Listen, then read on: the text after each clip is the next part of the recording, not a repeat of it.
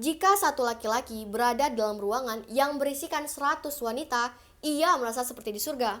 Tapi, jika satu wanita berada dalam ruangan yang berisikan 100 laki-laki, ia merasa ketakutan. Assalamualaikum warahmatullahi wabarakatuh.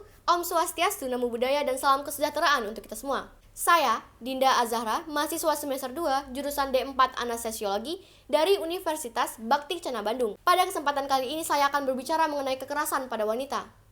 Untuk membatasi tema yang begitu luas, saya akan mengambil judul kekerasan seksual pada wanita. Sebelum masuk kepada poin-poin saya yang menyingkap fakta, izinkan saya terlebih dahulu untuk mendefinisikan tiap-tiap kata kunci pada tema kita kali ini. Menurut Undang-Undang Nomor 5 Tahun 2018, kekerasan adalah segala bentuk tindakan penyalahgunaan kekuatan fisik dengan atau tanpa sarana secara melawan hukum yang dapat membahayakan badan, nyawa, dan kemerdekaan seseorang, termasuk membuat seseorang pingsan dan membuatnya tidak berdaya. Menurut WHO, tahun 2017, kekerasan seksual dapat didefinisikan sebagai segala bentuk tindakan seksual, usaha untuk melakukan tindakan seksual, komentar atau menyarankan untuk berlaku tindakan seksual, dan yang terakhir, tindakan pelanggaran untuk melakukan hubungan seksual secara paksa. Menurut data Komnas Perempuan Indonesia, kekerasan terhadap wanita Indonesia naik 75% pada saat pandemi ini. Dan diantaranya 4.981 kekerasan seksual. Hal ini membuktikan bahwasannya 35 perempuan Indonesia mengalami kekerasan seksual setiap harinya. Dalam skala internasional, PBB mencatat 1 dari 3 perempuan mengalami kekerasan seksual semasa hidupnya. Dari rentang tahun 2016 sampai 2019, ditemukan 55.273 kasus kekerasan pada wanita dan 41%-nya kekerasan seksual. Menurut ilmuwan seperti Plato, perempuan jika ditinjau segi kekuatan fisik dan spiritual lebih lemah daripada laki-laki. Pendapat ini mendukung pernyataan WHO yang menyampaikan bahwasannya kerentanan seseorang terkena kekerasan seksual bisa dilihat dari faktor jenis kelamin, yaitu perempuan. WHO juga menyampaikan bahwasannya banyak bentuk tindak kekerasan seksual, namun yang paling umum terjadi yang pertama, pemerkosaan. Yang kedua, pelecehan seksual secara mental dan fisik. Yang ketiga, membuat lelucon yang berkonteks seksual. Yang keempat, menyebarkan foto, video yang berkonteks seksual tanpa izin. Dan yang terakhir, pernikahan secara paksa. Perempuan kerap kali disalahkan karena menjadi korban kekerasan seksual. 1. Salah sendiri kenapa pakai pakaian yang terbuka. Kedua, namanya juga laki-laki, ya wajar. Dua pendapat ini membuktikan bahwasannya cara berpikir dan cara pandang masyarakat Indonesia sangat sempit dan pendek.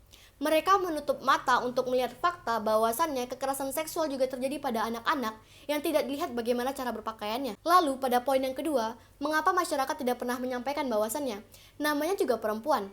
Terlepas apapun yang dilakukannya, laki-laki harus hati-hati menyentuhnya, karena perempuan harus dihormati dan dilindungi. Oleh sebab itu, banyak perempuan atau korban kekerasan seksual tidak berani menyampaikan fakta apa yang telah dialaminya, karena mereka takut dihakimi. Itu dapat merusak kesehatan mental mereka karena mereka mengalami trauma secara mental dan fisik. Dalam deklarasi penghapusan kekerasan terhadap wanita tahun 1993, pemerintah Indonesia mentandatangani deklarasi tersebut pada tahun 2004 bersama negara ASEAN lainnya. Pemerintah Indonesia membentuk undang-undang, kebijakan, serta perangkat-perangkat untuk melindungi hak-hak perempuan di Indonesia. Namun, karena hal itu tidak memadai dan masih lambat kerjanya, masih banyak perempuan Indonesia yang rentan terkena kekerasan seksual. Terlebih lagi, pada tanggal 18 Desember 2018, pemerintah Indonesia mengeluarkan Peraturan Presiden Nomor 82 Tahun 2018 yang berisikan jaminan kesehatan yang mengecualikan pelayanan kesehatan untuk korban kekerasan seksual. Perempuan adalah sosok yang harus dilindungi dan dihormati. Tanpa perempuan tidak akan ada generasi penerus bangsa. Maka dari itu saya, Dinda Azahra, sebagai perempuan juga sebagai masyarakat Indonesia ingin menyampaikan 3 hal. 1. Edukasi dirimu, tidak peduli kamu laki-laki atau perempuan, karena aku, kamu, serta kita semua bisa menjadi korban selanjutnya. Yang kedua, teruntuk laki-laki yang ingin melukai perempuan, bayangkan bagaimana jika itu terjadi pada istri, ibu, atau anak perempuan kalian.